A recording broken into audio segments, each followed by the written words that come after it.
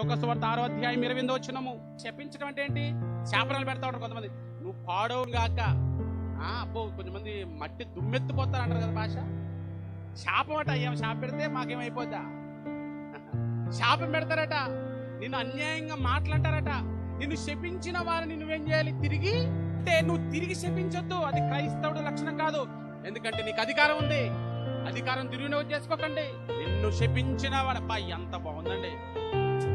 నిన్ను క్షమించి నిజంగా నువ్వు వేస్ట్ ఫెయిల్ అన్నావు అనుకోండి, నువ్వేమంటావు చెప్పండి? ఎవరైనా చూసి నువ్వు పనికి మాలినోడు ఎవరు అన్నావు అనుకోండి, నువ్వు నాశనం అయిపోన్నావు అనుకో, నువ్వేమంటావు? గాడ్ బ్లెస్ యూ అంటావా? థ్యాంక్ యూ బ్రదర్ అంటావా? అలా బ్రతకండి. ఏంటండి ఆ పవర్? ఏంటండి అధికారం? ఏంటండి? మనల్ని ద్వేషించేవాడిని దీవించొచ్చా? మనల్ని శపించేవాడిని కూడా దీవించొచ్చా? ఎవరండి మనకు నేర్పించారు? ఎవరండి దీన్ని పాటిస్తున్నారు?